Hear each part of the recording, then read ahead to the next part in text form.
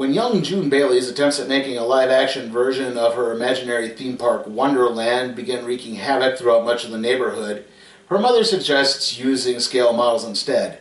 The two enjoy making the scale model renderings of Wonderland, that is, until June's mother is diagnosed with cancer and has to go leave to see a specialist, causing June to withdraw into a shell and abandon all hopes for Wonderland.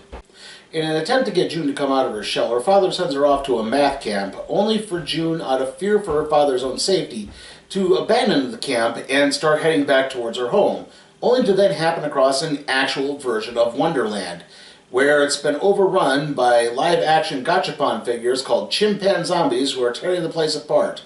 Now June must work together with the animal mascots of Wonderland to restore it to its original glory. This is Wonder Park. Yeah, it's Wonder Park, but the place is called Wonderland. They couldn't have called the place Wonder Park. I mean, I guess I could understand why you wouldn't call it Wonderland, because people might think it was an Alice in Wonderland thing, but still, you could have just called the place Wonder Park. It would have made more sense. Anyway, as for my thoughts on this film, I've seen some reviews calling this thing a total train wreck, and I don't entirely agree with them. It's not a train wreck. It's not particularly good in many aspects, but it's not a train wreck. It's not horrendously bad or this admonishment against mankind. Really, I mean, it's about a young girl having to deal with her mother's illness, and they do sort of play a bit on the trope. The mother does not die. She actually comes back at the end of the film, and she's in remission, but still, yeah, it's, you know, like I said, it's the girl has to come to terms with this. When she arrives in the derelict Wonder Park, it's in this huge state of disrepair, again, because the gachapon figures that they were giving away got turned into chimpanzombies by the darkness.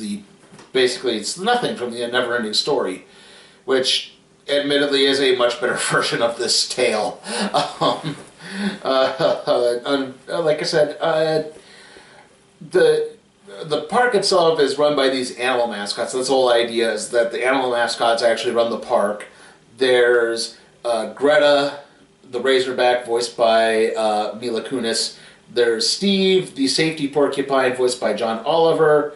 There's Gus, and just a sec here, I wrote these names down. Gus and Cooper, who are beavers. I thought they were gophers initially, but no, they're beavers, voiced by Kenan Thompson and Ken Jeong. There's Chip the chimpanzee, who's like the ace designer of the park. The idea is June or her mother will whisper an inspiration for a ride to Chip, and Chip will then get this magic pen to fill with gold and draw the ride, causing it to come to life. And let's see, I think, there's Boomer, who is a bear. That's like the big welcoming mascot for it. It's kind of a Yogi Bear type thing, and he's also incredibly narcoleptic. Like in the trailers, they talk about him having some sort of allergy to volunteering, but then at another point in the film, actually, he says it's some sort of pre-hibernation thing that's causing him to be incredibly drowsy. Again, that is a little bit of the major problems with this film. I think the cast and the animation is all pretty good. The idea of the story is good. Unfortunately, the storytelling is just, it's way too quick. Like, this thing got pared down a lot. Now, the original director for this film got fired, and so it's just, there's no credit for a director in it. He got caught up in some sexual harassment allegations, and they took him off the film, and that's understandable, but it's like, you could have easily had someone, an assistant director, come in and just say, okay, let's try to sort this out, because this thing is 85 minutes long, and it's way too short. This thing needed to be even 15 minutes longer, I think, and it could have worked so much better, because it just goes right through everything. Like, that whole bit I talked about where she discovers the park, that's done in the first, like, 20 minutes of the film. And there's bits and pieces of it. Like I said, I like the story. I like the idea that she's trying to come to terms with the situation.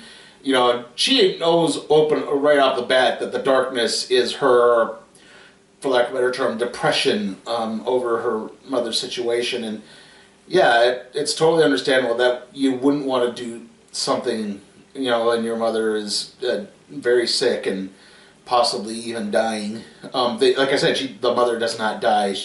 She comes back, and I wonder if it would have worked a little bit better had the mother died. And I think the story should have been spread out over nights. Like, this all takes place. The joke is she finds Wonderland and then spends the night there and fixes everything in the span of a night. She gets this clockwork swing ride working again, and that's able to restore all the magic to the park, because that's what she believes, because the park only exists in her imagination. Yeah, but then when she leaves, she acknowledges again that the darkness will always be there, but it will always be there to remind you that it's okay. You can acknowledge the darkness, but don't let it overwhelm you. And acknowledge it, but don't be afraid to return to being happy and doing things you love, just because bad things happen sometimes. And she comes back and she gets to her home, and her father says, "You were only gone 30 minutes."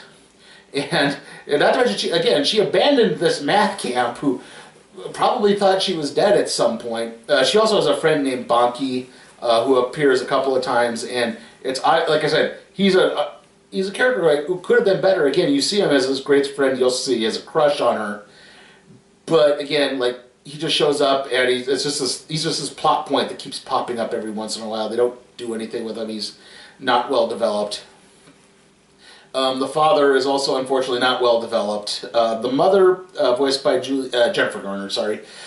She, like I said, I would have liked more of her. I would have liked if there was maybe some more flashbacks involved or something, where, again, she's constantly telling her, it's okay, don't worry about me all the time. Don't worry about your dad. It's okay to, again, go live your life a little bit and acknowledge that. But again, it's just like there are big chunks of this movie missing.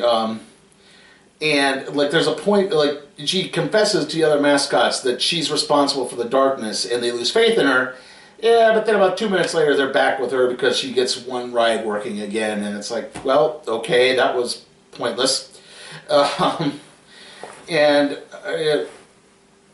So yeah, I liked ideas of the story. I liked the animation. I thought a lot of the performances were pretty good throughout it. Unfortunately, the material they were working with just wasn't, and the editing and pacing of the film was just way too rapid. And I think, even though, like I said, I liked the plot, I think some of the subject matter went over the heads of most of the kids in the audience that I was with. There were two very large contingents of children. I think some of them must have been throwing a birthday party, because there was one group that had about 6 kids with them, and there was another group that had about 5 kids with them, and they all sort of knew each other. So, yeah, I wonder if, something like that maybe happened. But they were, like I said, I think I could hear a couple of them talking, a couple of the younger kids talking. They did not understand why the mother was leaving. So, yeah, it's like, I wonder if some of that subject matter was a little too high, and people were maybe expecting, the trailers play this up more of as a kind of a comedy, and there really isn't too much in the way of that, unfortunately. John Oliver does have a couple of good funny scenes where he sort of plays like eavesdropper or something to that effect. Oh, I'm sorry, I have made a horrible point here that hasn't brought you up at all. And that's about it. So, yeah, I'm going to give Wonder Park a C. I can't say it was terrible. It was not the train wreck that I've seen a lot of reviews calling it, but I can't say it was particularly good either. I don't even know if it could hold the kids' attention for 85 minutes. CBS Saturday Morning is with Marsupilami. Disney's The Little Mermaid. And look out for Andrew Garfield and Friends. Oh boy. Dennis the Menace. Mr. Wilson. The hottest shows. The coolest characters.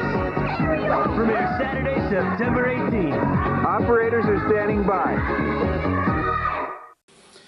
Okay, trailer time, and I kind of thought we would get more trailers for animated features before this, but Not really. I'll go over that a little bit.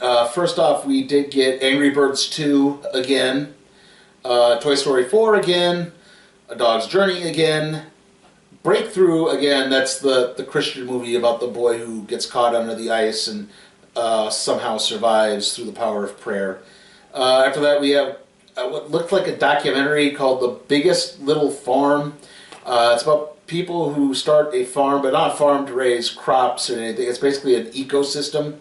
Like they bring sheep and cows but also deer, and they plant things, and they also have wolves and coyotes and snakes that go through because predators need to eat too. We have to acknowledge that. It's like they call it a farm. It's really more of an ecosystem, I would say, and then it gets caught up in the California wildfires. I can't say it was an interesting idea, but I don't know if it's something I'd really want to see in the theater. Then we had Detective Pikachu again and Missing Link again. So yeah, like 3 animated trailers. I thought we would get more than that, maybe 3.5. I don't know what you would consider Detective Pikachu being. I mean, that looks mostly live action, so I don't know if you want to go by like the Academy standards for that or not. Anyway, the next movie review after this is going to be for Us. I'll try to be a little bit sooner with that. I know I was late with this one. Bismarck, on basically Wednesday, we had a blizzard warning from like Wednesday afternoon all the way through to Thursday afternoon. The blizzard actually kind of missed us, so we only got a little bit of it, and the wind did more damage than the snow. But as that was happening, I thought, well, you know what, maybe I'll err on the side of caution and just take in Wonder Park on Friday rather than my usual Thursday night screening. Hopefully with Us, I'll probably do the Thursday night screening again, even though it's the first round of the NCAA men's basketball tournament. Anyway, after that, the next video is going to be the Wonder Woman 77 random trade review, and then, the next movie after that will be Dumbo. See you all next time.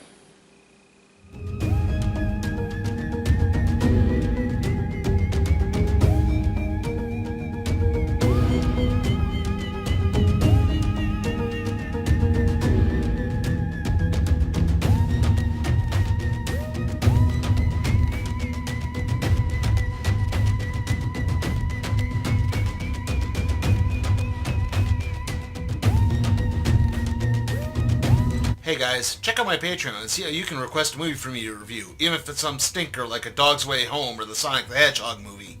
Also, if you like what you see, give the video a like, share, subscribe, and don't forget to ring that notification bell.